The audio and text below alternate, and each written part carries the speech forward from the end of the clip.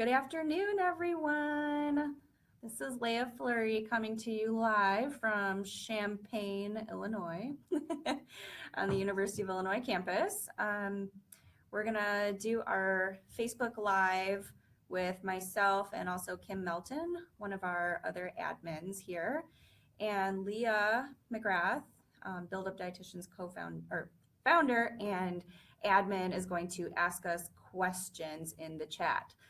So I'm waiting for Leah's first question. I'm not sure what she's going to ask me, so I'm doing this on the fly.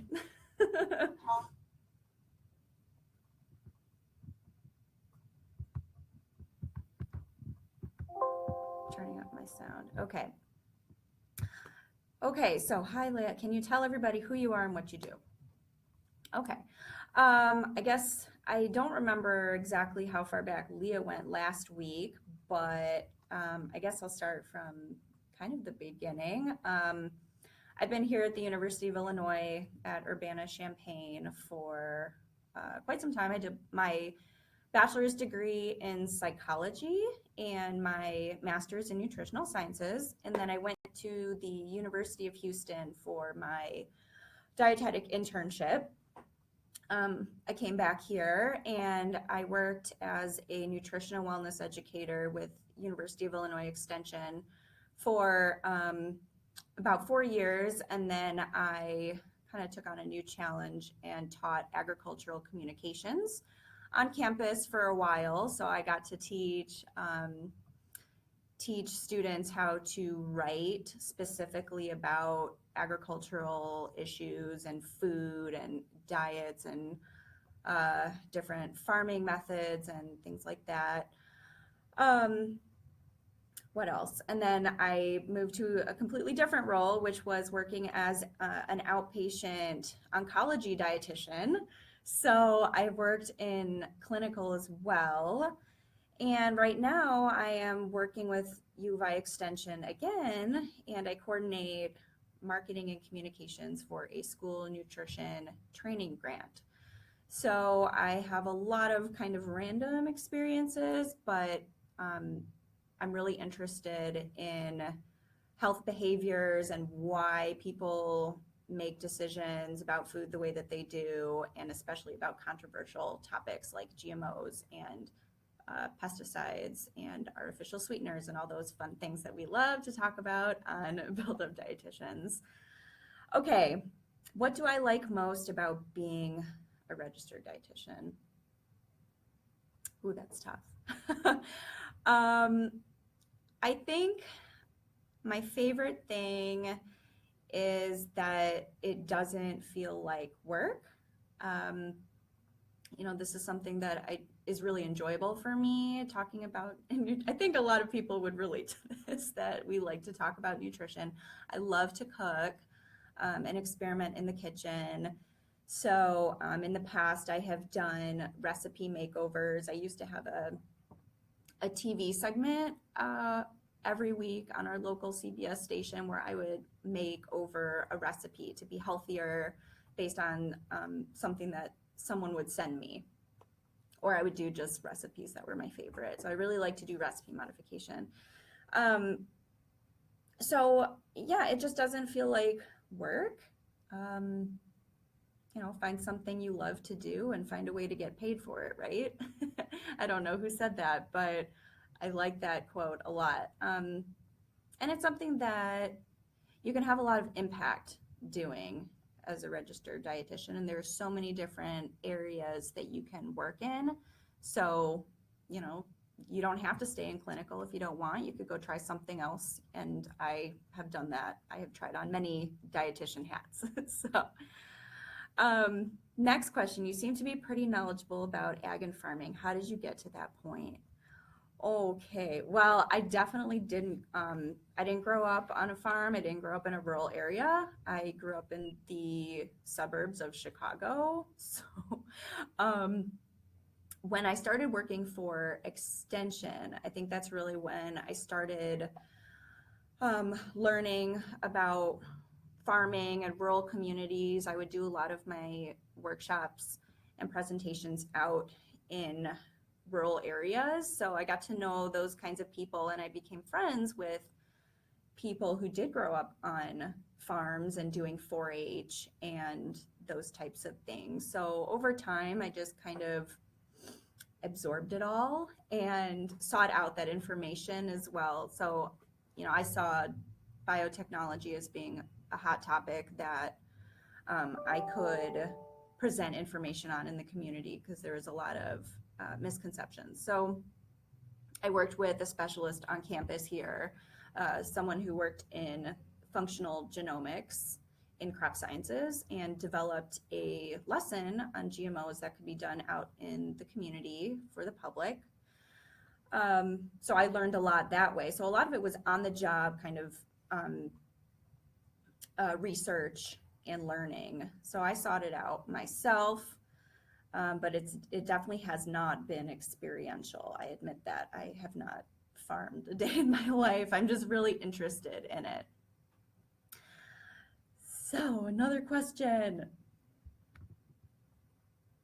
Okay, if you could give one piece of advice to RDs to be or dietitians on how to learn more about GMOs and genetic engineering, what would you advise?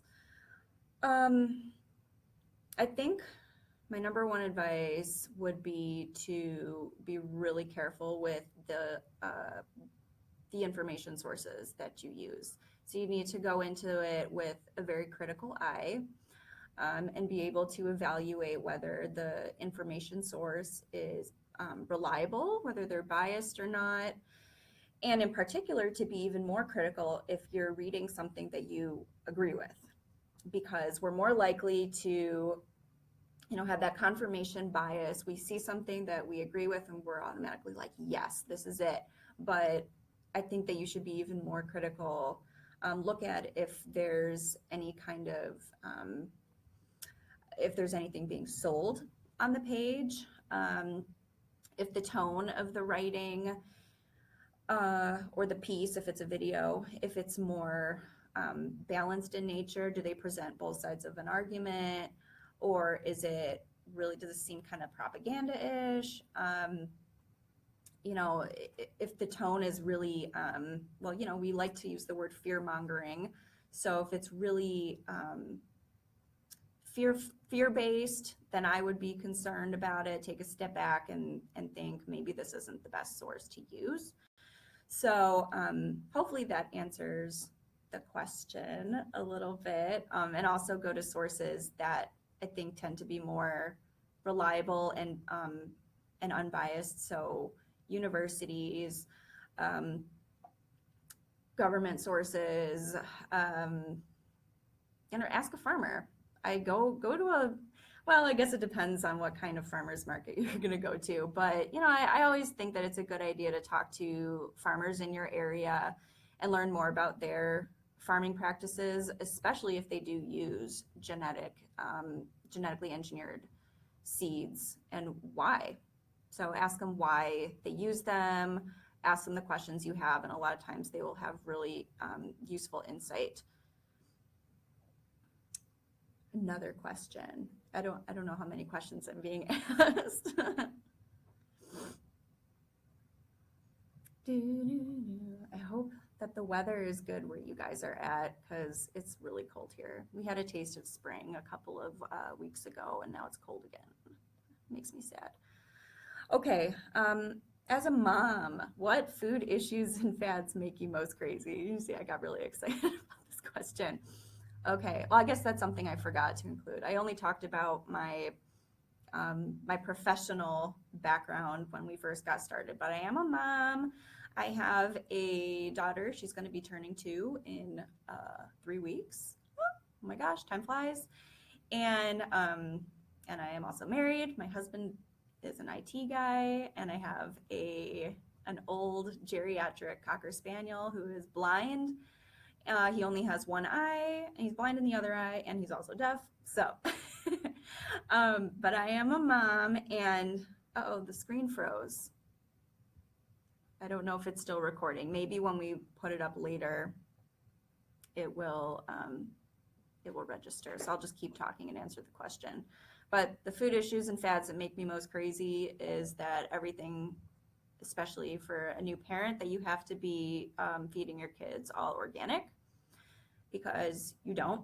The research doesn't support that. There's no benefit to it. If you think it tastes better, fine. If you feel like you're doing better by your kids, that's fine with me too. But I personally do not purchase organic. Sometimes I might, if that's what happens to be cheaper or it looks better. But I don't make a point to go out of my way and buy organic, because it doesn't, the evidence isn't there, and also it's really expensive and I can't afford it. Other questions, or are we going to wrap it up? I know Kim's going to hop on soon. I don't know if she's going to get the same questions as me or others. Watching my comments for Leah's questions. Oh, hey, Neil. Okay, we've got 2 questions. Neil is asking, what is your opinion on functional and integrated nutrition? Well, I think that it can work. I get concerned when people want to replace evidence-based medicine with functional and integrative medicine. I think that it's something that you can add on, especially when I worked in oncology. People would use things like essential oils or different supplements that maybe are not part of the standard of care. And that's fine if that's what you're using on top of, my coworker's in here and she's trying to leave really furtively. You're fine. Okay, so it's fine if you use that stuff, but I really don't want people to think that that's a replacement for evidence-based medicine, and also to make sure that you tell your doctor, your healthcare team about supplements that you're taking and other things that you're using, like essential oils, because those really can have interactions with treatments. But coming from a psychology background, even if it's not evidence-based, maybe it is a placebo effect. If it helps you feel better, then that's okay. I personally have not really delved into that kind of stuff because I haven't had to. All of my personal health issues have been treated successfully with evidence-based medicine. But I think that maybe if they weren't, I might, who knows, I might turn to it. So never say never. And then least favorite diet.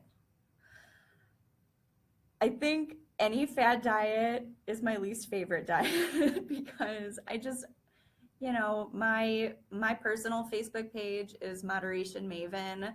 I personally believe that all foods fit. A fad diet can be helpful if you're wanting to kind of jumpstart a new lifestyle, but why can't we all just eat everything and enjoy the food we eat and balance it out with physical activity? I know it's easier than it sounds, or it's not as easy as it sounds. But currently the ones that I hear about the most, I don't know if it's exactly a diet, but like intermittent fasting, I can't really relate to it because I really like to eat, and I'm always thinking about my next meal, even while I'm eating. So I really like food, and I can't imagine going that long without eating. But if it works for you, okay, calories in, calories out. However you do it, I guess it's personal preference, and it depends on your lifestyle. For my lifestyle, I don't think that it would work. Also, keto, the diet of the moment that everyone is doing, and that's another thing that, like, just thinking about eating all of that fat kind of makes my stomach hurt. And I get concerned about the fiber content being too low, and you might be messing up your gut flora. So keto and intermittent fasting, I think, are the ones of the moment that I have a lot of people in my friend network that I hear about them doing it, and I'm just like, why? but if it makes you happy. Okay, I think we're at 15 minutes, and I know we wanted to limit it to about that, and we're gonna move on to Kim. So stay tuned. I'm gonna end the video, and then Kim is gonna go live. So don't leave, okay? So as they say, as you go to commercial break, stay tuned. Thanks everyone for tuning in.